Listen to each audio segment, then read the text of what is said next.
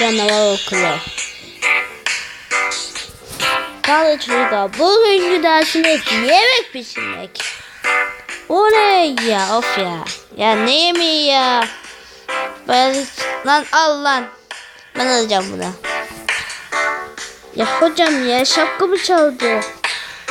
Ver lan. Ben şöyle yapacağım. Ne? Şöyle koy. Şöyle koy. Ha, ben de koyuyorum. Sen de şöyle. Şöyle hoba. İşte böyle.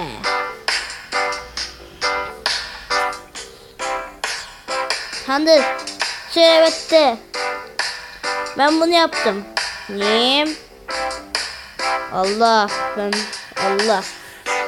Ya gerisi kalıyor. Ben ne yaptım? Hamburger. Güzel. Ben pasta yaptım. Mantarlı. Ben de tavuk. Hem patatesli tavuk yaptım. Ben de pizza, patatesli su yaptım. Durun ya, ben de koyacağım ya.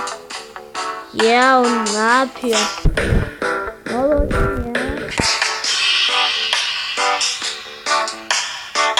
Evet, koydum. Allah! Enderman A, Creeper A, İskeleton F, Zombi A, Örümcek F, Slime F.